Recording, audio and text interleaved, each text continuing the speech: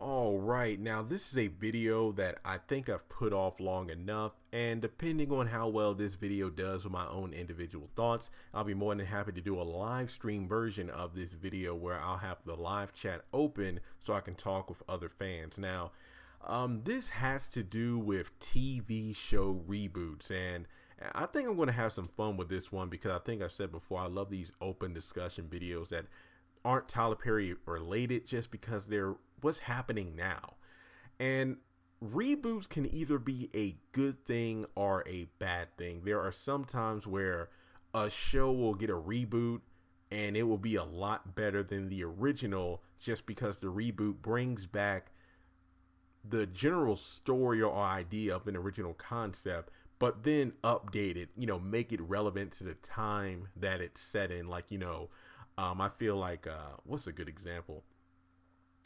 I feel like Raven's Home, and I actually got some flack for this in another video I did talking about, I know Raven's Home was involved in it because a lot of people, how can you say Raven's Home is a good show when, Raven Simone doesn't identify as, African American and stuff like that. There are a lot of people who do and say stuff that tarnishes their persona to the world, but you can't deny their work. Like the whole Bill Cosby thing. Like, I'm not talking about if he's guilty or not, but you can't deny that the Cosby Show is like a legendary sitcom. Like I still watch those shows and just, laugh at his Bill Cosby himself, like his stand-up special. I love that.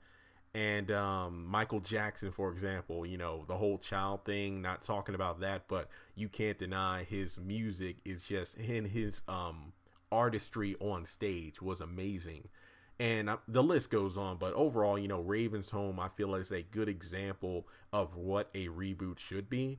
It's a continuation of an original show. That's So Raven Was Hilarious.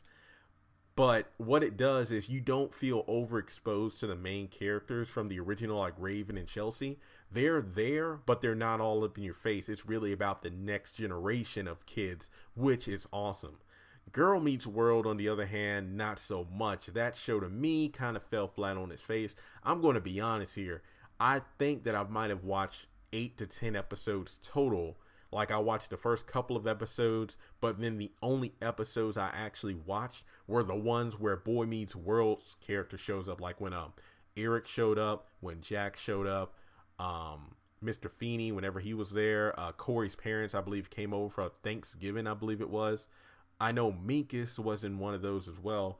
Hartley, the bully, who's now the janitor, Mr. Turner, and the list goes on. But I think one of the worst episodes was when Angela showed up, which I was excited for, but the reason she showed up was ridiculous because it turns out when she went, I believe the episode before the 2-part finale of Boy Meets World, I think it was called Angela's Ashes, because I actually got the entire series on DVD.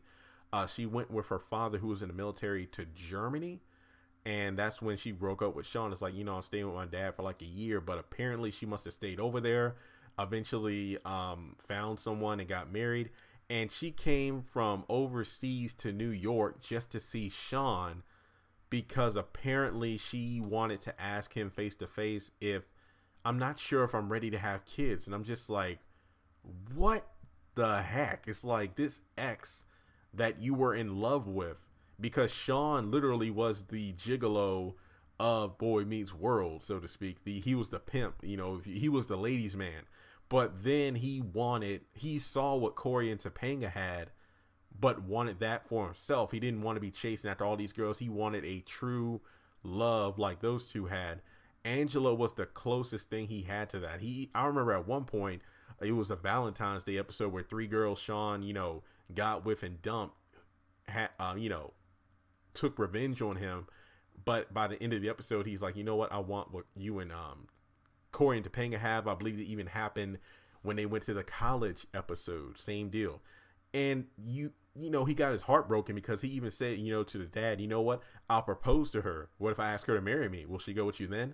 But then Angela was like, Sean, thanks so much for understanding, because I know you didn't get to spend a lot of time with your dad because he passed away, so I'm going to be able to spend time with my dad, and I really love you for that.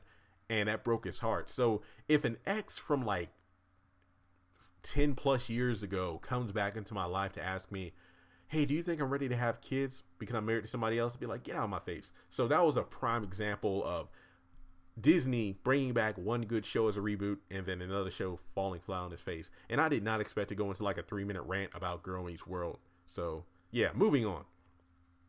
What I want to talk about is the fact that there are a lot of TV shows out there that are quote unquote in the works of getting a reboot or a continuation or another series.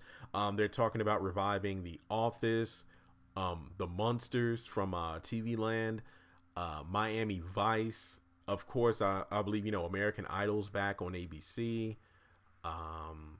Fear Factor, I hear, is back or coming back. The Dong Show or whatever. Roseanne just came back. But I really want to talk about shows that I actually watched back in the day, and I'm either feeling conflicted or nervous. If I'm feeling conflicted or nervous about a reboot, that means I actually love the original show, and I'll tune into the reboot, but I'll feel some kind of way about it because I know I'll be watching it for critical eye. I feel like one of the most surprising reboots out there is going to be Martin, and I don't know how to feel about that because Tommy Ford passed away in real life, and to me, Tommy, and I think this was even said in some interviews as well as other fans on YouTube, I feel like Tommy Ford was like the glue of the show. Apparently he was that offset as well because there was a lot of infighting. Apparently Cole and Martin were at each other's throats about who was the funniest and this and that.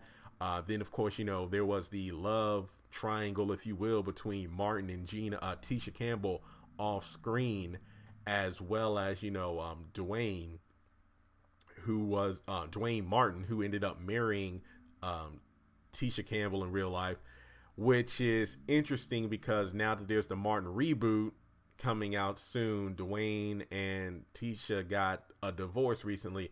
Now some people are saying that that has to do with the whole Martin thing. I don't know. Hey, I don't know what's going on. Maybe if more news ever leaks, I might do a video on it. But for now, it is interesting because apparently there was some bad blood. Let's just put it that way. That's why if you notice in the last season of Martin, I believe Gina wasn't even in it, or if she was only mentioned but never seen because it got to the point where Martin would make time on set of living hell. And she ended up leaving the show because I remember as a kid, like, where's Gina at? They got married, but where's she at? Like, I remember the 2-part episode where they're on a cruise and that woman, I forgot her name, but she stars in Greenleaf, and she actually was in the movie with Martin. There's a thin line between love and hate. And she pretty much drugged him and tied him up to the bed and stuff like that. But Gina wasn't there. I remember that Gina missed the boat, but they never showed her. So I'm thinking that when it comes down to Martin, I don't know if they can recapture that magic without Tommy there.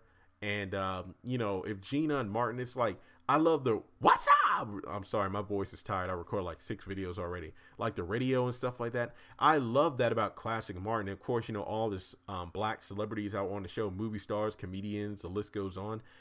I don't know how you're going to do it. How are you going to do an updated version of Martin? Is it possible?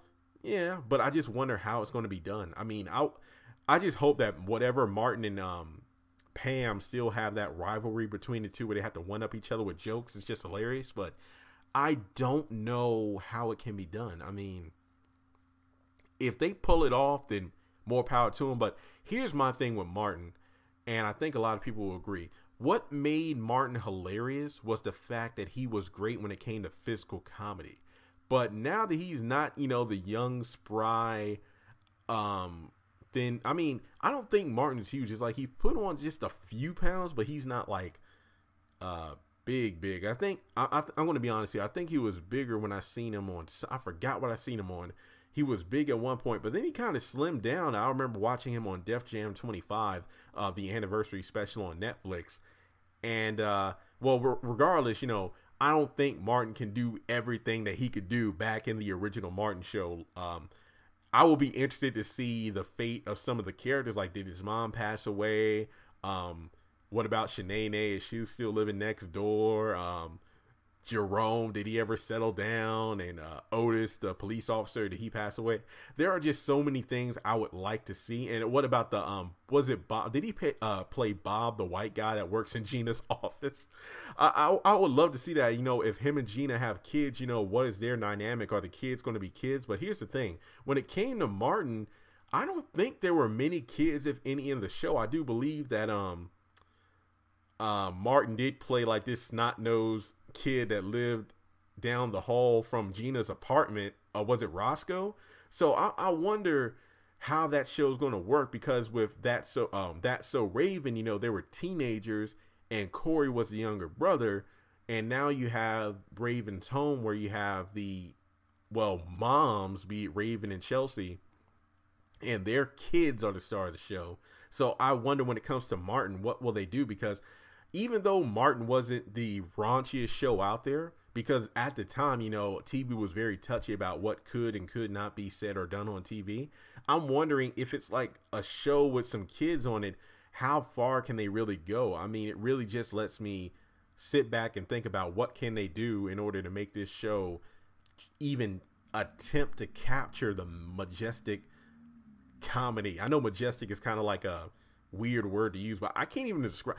It's just hilarious. It's like gut busting hilarious comedy. Like, I got all 5 seasons of Martin on DVD, and the show has aged well. It's 2018, and that show was out in like the early 90s and whatnot, and yet I can still cry, laugh, and watching all those episodes. There's just so many. So I'm wondering what can be done, because I know that when it comes to reboots, usually the first couple of episodes get these huge ratings, but then as the season goes on, people lose interest. People just begin to say, okay, that's the one thing about reboots. When you take the nostalgia glasses off and your love of the original, does the reboot hold up? Is it able to stand on its own legs? I mean, is the reboot able to be its own thing, or is the reboot only feeding us what we've already had, basically rehashing old storylines? Here's another good example, because this is something that happened a while ago. You know how we had Saved by the Bell? I think the original series was called Good Morning, Mrs. Bliss. Then you had Saved by the Bell. Then you had Saved by the Bell, The College Years, which I watched that the heck out of it as a kid, you know, like Saved by the Bell, The College Years as well.